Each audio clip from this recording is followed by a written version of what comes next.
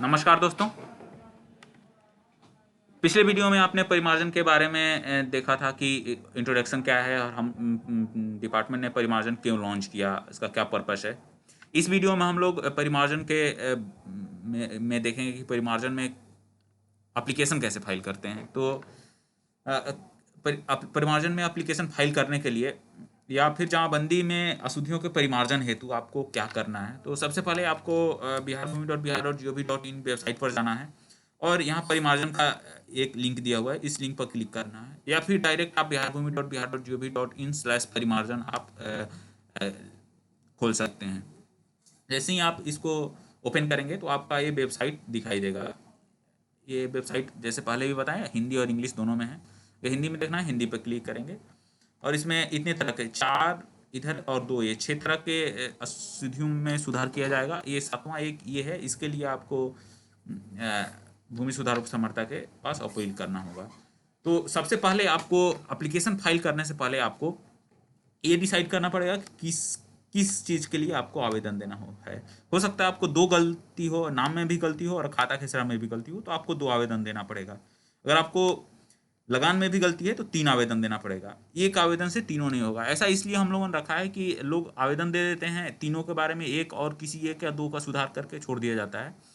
तो इस प्रॉब्लम्स को दूर करने के लिए हम लोगों ने तीनों के लिए अलग स्पेसिफिक आप आवेदन दीजिए और आपका स्पेसिफिक सॉल्यूशन मिलेगा। अगर नाम में सुधार करना है तो नाम के लिए आवेदन दीजिए, नाम में सुधार हो सकता है और किसी चीज़ में गलती ना हो।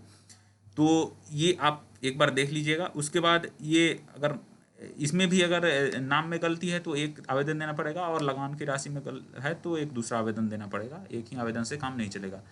ये जो आपको विहित पत्र आवेदन है और स्व घोषणा पत्र, ये दोनों में आपको लगाना है। तो आपको सबसे पहले आवेदन को डाउनलोड करना पड़ेगा। आवेदन डाउनलोड करने के लिए आवेदन पत्र का प्रारूप पर क्लिक करना है। इसमें ये हर एक के लिए एक एक आवेदन दिया हुआ है। जैसे मान लीजिए नाम का किसी गलती है जमाबंदी पंजी में नाम है, तो इसको आपको डाउनलोड करना है। ये ओपन होगा, इसको आपको भर लेना है कि जिस अंचल अधिकारी को उसका अंचल अधिकारी और उस जिला का नाम लिखना है, मौजा का नाम लिखना है, थाना नंबर लिखना है, जमाबंदी संख्या में लिखना है, वॉल्यूम नंबर लिखना है, पेज नंबर लिखना है, जमाबंदी रैयत का नाम क्या है ओरिजिनल वो लिखना है। ठीक है, ना पता क्या है वो लिखना है, मोबाइल नंबर लिखना है, खाता खेसरा जमाबंदी का कुल रकबा क्या है इसमें लिखना है। इसमें त्रुटिपूर्ण प्रविष्टि मतलब आपका गलती वाला नाम क्या अभी एंट्री है और अभी आप वांछित प्रविष्टि क्या चाहते हैं ये आपको लिखना है, को साइन करना है और ये सारे आवेदन के संलग्न करके आपको डालना है। ठीक है, तो ये आवेदन हो गया। इस तरह से दूसरा आवेदन भी उसी तरह से है। दूसरा आवेदन भी खोलिएगा तो दूसरा आवेदन भी उसी तरह से खुलेगा।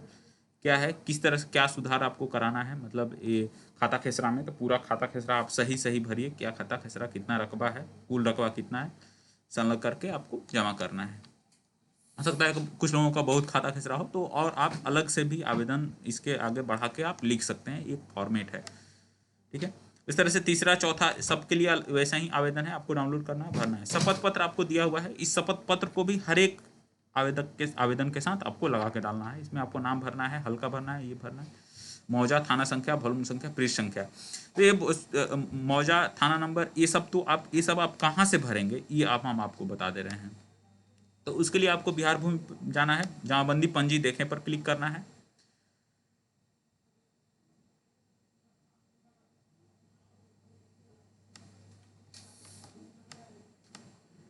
उसके बाद आपको अपनी जो जमाबंदी ये करना है उसको आपको पहले डाउनलोड कर लेना है। जैसे फुलवारी शरीफ का मान लीजिए कोई हम एक जमाबंदी सिलेक्ट करते हैं, सर्च करते हैं, इतनी सारी जमाबंदी है। मान लीजिए ये मेरी जमाबंदी है, दिनेश चौधरी की जमाबंदी हम खोलते हैं।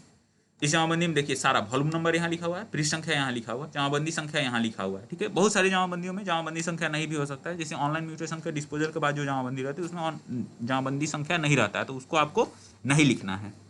ठीक है, उसके बाद ये अनुमंडल, अंचल, हल्का, तौई संख्या, थाना नंबर यहाँ लिखा हुआ है।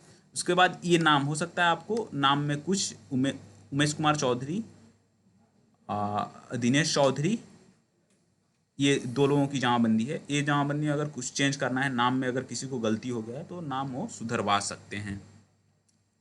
ठीक है, तो ये फॉर्म कैसे भरना है, वो फॉर्म यहाँ से भरना है, इसमें वॉल्यूम नंबर पेज संख्या इसी को देख के इसमें सुधरवाना है, तो इसी को देख के आपको सारा डिटेल भरना है। जैसे आपको अगर मान लीजिए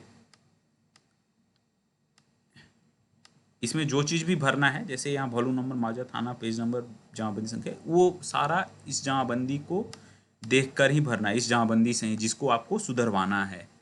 ठीक है, अब चलिए हम लोग चलते हैं एप्लीकेशन कैसे फाइल करना है। पहले तो ये सब डाउनलोड करके फॉर्म भर लेना है, शपथ पत्र भी भर लेना है, और इसके साथ आवश्यक कागजात जो कोई भी है उसको भरना है। फाइल करते हैं तो एप्लीकेशन फाइल करने के लिए आपको पोस्ट और गृहांश में जाना है। ठीक है, या फिर पोस्ट और गृहांश में जाना है और आपको यहाँ पर अपना नाम लिखना है। ठीक है, उसके बाद ईमेल एड्रेस लिखना है, जो आपका ईमेल एड्रेस हो।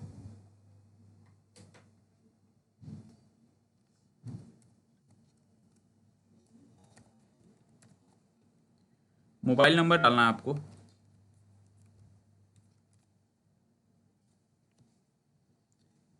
और उसके बाद सेंड ओटीपी पर आपको क्लिक करना है। सेंड ओटीपी पर जैसे ही क्लिक करिएगा आपके मोबाइल पर एक ओटीपी आएगा, उस ओटीपी को यहाँ पर डालना है।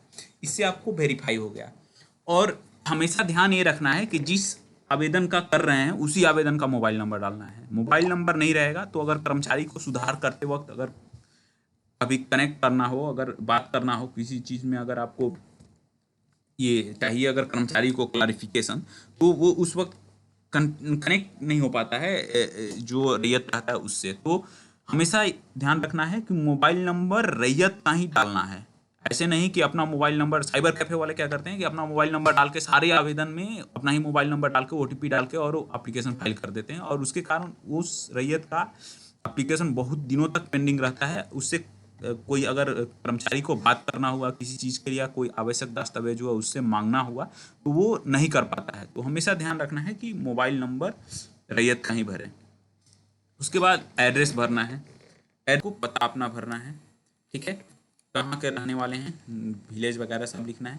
उसके बाद भूमि का विवरण, भूमि का विवरण आपको मान लीजिए आप पटना के रहने वाले हो लेकिन आपका ज़मीन अगर रोहतास में है तो आपको यहाँ पर रोहतास के लिए एप्लीकेशन फाइल करना है, तो यहाँ पर आपको रोहतास लिखना है। किस अंचल के लिए आप एप्लीकेशन फाइल कर रहे हैं वो आपको लिखना है। ठीक है, मौजा कौन सा है वो आपको मौजा सेलेक्ट करना है। ये आपको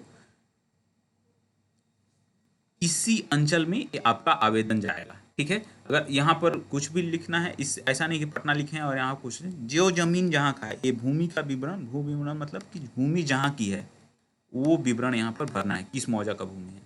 उसके बाद परिवार का विवरण है, तो परिवार में हम आपको बताए थे दो तरह का, ऑनलाइन पूर्व जमाबंदी, ऑनलाइन दाखिल खारिज, पूर्व जमाबंदी में सुधार कराना है, या ऑनलाइन दाखिल खारिज के निष्पादन के उपरांत जो जमाबंदी दायर हुई है उसमें सुधार कराना है। ये दोनों में से आपको अपना सिलेक्ट करना। मान लीजिए कि कोई पहले का जमाबंदी है और उसमें नाम गलत चढ़ गया है, तो वो सुधारने के लिए आपको ये सिलेक्ट करेंगे, पूर्व जमाबंदी।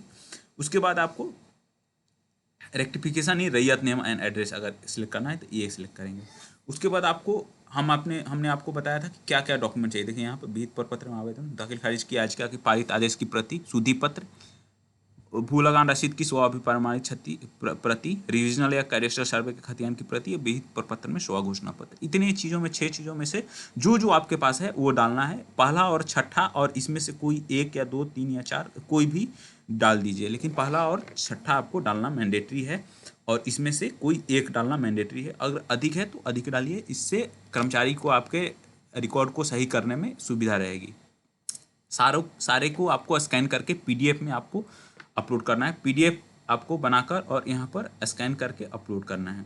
मान लीजिए हमको ये एक पीडीएफ बना के रखे हुए हैं पहले से, इसको यहाँ पर डालें और सबमिट पर क्लिक करेंगे। जैसे ही सबमिट पर क्लिक करेंगे हमको एक इस एप्लीकेशन के अगेंस्ट में एक्नॉलेजमेंट नंबर मिलेगा। जैसे ये हमारा गृहांश आईडी हो गया, ये गृहांश आईडी है, इसको कॉपी करते हैं और प्रिंट, अगर एक्नॉलेजमेंट प्रिंट करना है तो प्रिंट एक्नॉलेजमेंट पर क्लिक करेंगे, आपको अपना ये पावती आपको मिल गया। ये पावती है, इसको प्रिंट पर क्लिक करिए, आपको प्रिंट हो जाएगा। ठीक है, अब चलिए हम आपको दिखाते हैं कि अगर एप्लीकेशन फाइल कर दिए तो उसको गृहांश को ट्रैक कैसे करेंगे। ट्रैक के और गृहांश में जाना है आपको, यहाँ पर अपना आईडी प्रेस डालना है और ट्रैक स्टेटस पर क्लिक करना है। जैसे अभी दिखा हुआ है कि करंट स्टेटस है गृहांश सबमिटेड, ये गृहांश अभी सबमिट हुआ है आपका। ठीक है, इसके बाद चेंज होता है कि अगर एप्लीकेशन ये ग्रीवांस को अगर सर्किल ऑफिसर देख लेते हैं तो इसका स्टेटस चेंज हो जाता है। ये जो स्टेटस है तो इसमें आ जाता है कि grievance is taken up by the CA and under process, ठीक है। उसके बाद अंडर प्रोसेस में रहता है अगर आप एप्लीकेशन जमा किए हैं और कोई वांछित कागजात की ज़रूरत है, अगर कोई आपका डॉक्यूमेंट इनकम्प्लीट है और डॉक्यूमेंट अगर सर्किल ऑफिसर को चाहिए होगा तो वो आपको रिक्वेस्ट करेंगे कि डॉक्यूमेंट आपको अपलोड करना है। आपके मोबाइल पर एसएमएस जाएगा, वो डॉक्यूमेंट अपलोड करने का यहीं पर ऑप्शन आएगा, उसको आपके मोबाइल नंबर से ओटीपी से वेरीफाई होगा और उस डॉक्यूमेंट को यहाँ पर अपलोड करके बस स्कैन करके और अपलोड कर देना है। फिर से वो एप्लीकेशन मतलब सीओ के पास चला जाएगा आपके आवेदन के अगेंस्ट में वो एक पर्टिकुलर डॉक्यूमेंट, और उसके आधार पर फिर से वो प्रोसेस करेंगे। प्रोसेस करने के बाद या तो वो डिस्पोज कर सकते हैं या फिर आपका अगर आवेदन गलत हो तो आप उसको वो रिजेक्ट कर सकते हैं। बस इतना ही इसमें प्रोसेस है। तो अगर आपकी जमाबंदी में कुछ भी गलत है उसको सुधार कराने के लिए आपको यहाँ से आप सुधार करा सकते हैं। अगर कोई दिक्कत है तो आप हमको कमेंट में लिखकर और पूछ सकते हैं, हम आपको जवाब देंगे। ये बहुत ही सिंपल है, किसी को कोई दिक्कत नहीं होना चाहिए। लेकिन फिर भी अब आपको अंचल कार्यालय जाने की ज़रूरत नहीं है।